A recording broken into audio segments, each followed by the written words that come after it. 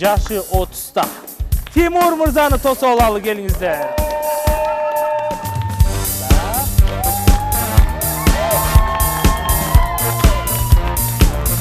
Тимур мырза, куш келипсиз. 27 жашта Эрлан мырза.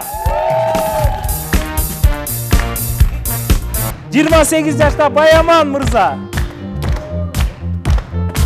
Грубыйраак болойм ошондо эмне, жебиз керек, Бизде просто эме да биринчи жолу келип атам мындай передачага. Анан бир жолу мен Мирбек Атабековдун концертин алып барып атканда келген. Мен сүрөткө түшкөн ошо менен. Сен түшпөдүң белең мени менен.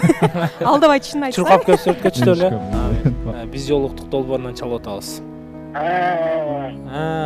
Кандай деп калды. Эме, Төлөгөн мырза, ден соолугуңуз жакшы болуп калдыңызбы? Биякта ызчуу болуп атабыз, кыскасы. Элиз айымдан сурасак, эмне болуп атасыңар, Төлөгөн мырза менен Төлөгөн мырза жообун айтсын деп сизден күтүп атабыз да. Жаңыл мырза менен мамилеңиз кандай азыркы убакта? Прям азыр айтып берейинби? Азыр